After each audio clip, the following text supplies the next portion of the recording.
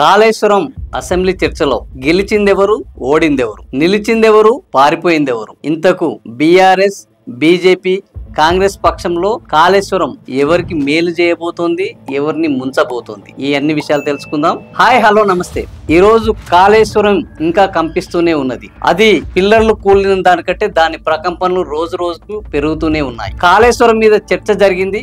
ఈ చర్చలో BRS party పైచేయి సాధించిందా, కాంగ్రెస్ పార్టీ పైచేయి సాధించిందా అన్న ఒక చర్చ జనాల్లో మొదలైంది. అసెంబ్లీ చర్చ ఇప్పుడు ప్రజల్లోకి వచ్చింది. కాళేశ్వరం మీద బ్రహ్మాండమైన ప్రాజెక్ట్ అని మాజీ మంత్రి హరీష్ రావు అన్ని లెక్కలతోటి తన ప్రజెంటేషన్ ఇచ్చారు. కాళేశ్వరం కంటే పెద్ద అవినీతి ప్రాజెక్టు ఏదీ లేదు అని ముఖ్యమంత్రి రేవంత్ రెడ్డి చెప్పారు. 1,00,000 కోట్ల రూపాయల కాళేశ్వరం ప్రాజెక్టు కట్టి 1,00,000 ఎకరాలకు కూడా నీరు ఇవ్వలేదు అని ఉత్తమ్ కుమార్ రెడ్డి చెప్పారు. 1,00,000 కోట్ల అవినీతిలో 1 ఎకరా కూడా నీరు రాలేదు అని ఉప ముఖ్యమంత్రి బట్టి విక్రమార్క చెప్పారు. ఈ కాళేశ్వరం నుంచెల్లే మూసిలోకి నీళ్లు పారిస్తామని మంత్రి శ్రీధర్ బాబు చెప్పారు. కాళేశ్వరంలో కూలడానికి కారణమైన వాళ్ళ మీద చర్యలు తీసుకోకుండా ఊరుకునేది లేదు, ప్రజాధనాన్ని దుర్వినియోగం చేసిన వాళ్ళను వదిలిపెట్టేది లేదు అని రేవంత్ రెడ్డి సవాల్ విసిరారు.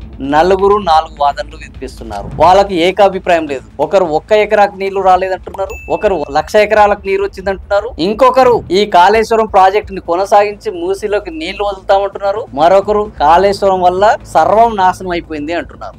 ఈ నేపథ్యంలో కాళేశ్వరం మీద కాంగ్రెస్ లో ఏకాభిప్రాయం లేదనేది తేట తెల్లం అయిపోయింది. అంతేకాకుండా కాంగ్రెస్ ప్రభుత్వం హరీష్ రావు మీద, అదే విధంగా కేసీఆర్ మీద చర్యలు తీసుకుంటామని పీసీ ఘోష్ కమిషన్ వేసి 1.5 పాటు విచారణ జరిపించి ఆ నివేదికను 650 పేజీలు తయారు చేయించి ఇంత వ్యవహారం చేసి చివరికి ఇది సిబిఐకి ఇవ్వడం పట్ల కాంగ్రెస్ పార్టీ ఇంకా ఈ దాంట్లో చర్యలు తీసుకునేది లేదు అనే ఒక సంకేతాన్ని వదిలింది. దీంతో బీఆర్ఎస్ పార్టీ ఇంకా తమదే పై చేయింది, మేమే గెలిచాము అన్న పద్ధతిలో వాళ్ళు వివరిస్తున్నారు. లేదు, సిబిఐకి విచారణతో ఇవ్వడంతో మా పని అయిపోయిందని కాంగ్రెస్ అనుకుంటున్నారు. కానీ ఇక్కడ వీళ్ళిద్దరు కాదు, మేమే ఛాంపియన్లం అని బీజేపీ వాళ్ళు అంటున్నారు. ఎందుకంటే మొదటి నుంచి కాళేశ్వరం అవినీతి పైన సిబిఐతో విచారణ చేయించాలని వాళ్ళు అడుగుతున్నారు. ఈ నేపథ్యంలో నిన్న ముఖ్యమంత్రి రేవంత్ రెడ్డి కాళేశ్వరం యొక్క ఈ సంఘటనను సిబిఐకి ఇవ్వాలని చెప్పడంతో ఈ రోజు బీజేపీ జాతీయ నాయకుడు లక్ష్మణ్ కూడా దీన్ని స్వాగతిస్తున్నట్టు ప్రకటించడంతో ఇది మా ఘనతే,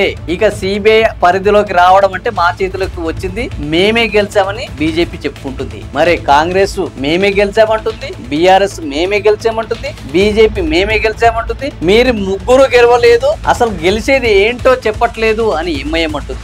ఈ నేపథ్యంలో కాళేశ్వరం గురించి జనాలు ఏమనుకుంటున్నారు అనేది ఇప్పుడు ఒక పెద్ద చర్చగా మారింది. దీనికి సమాధానం స్థానిక సంస్థల ఎన్నికల్లో ఇస్తారా, రానున్న ఉప ఎన్నికల్లో ఇస్తారా, లేదా నేరుగా సాధారణ ఎన్నికల్లోనే దీనికి సమాధానం ఇస్తారా, ఎవరిని ఓడిస్తారు, ఎవరిని గెలిపిస్తారు అనేది ఇప్పుడు ప్రజల చేతుల్లోకి వచ్చింది. సిబిఐ విచారణ జరిగేది ఎప్పుడైనా ఎన్నికలు జరిగితే మాత్రం కాళేశ్వరం ఎజెండాగా మారబోతుంది. ఇందులో విజేతలు ఎవరో పరాజితులు ఎవరో స్పష్టంగా తేలబోతుంది. ఈ న్యూస్ అనాలిసిస్ మీకు నచ్చితే లైక్ చేయండి, షేర్ చేయండి, సబ్స్క్రైబ్ చేయండి. మరిన్ని వివరాలకు మీ అభిప్రాయాలను కామెంట్ల రూపంలో తెలియజేయండి. Thank you for watching.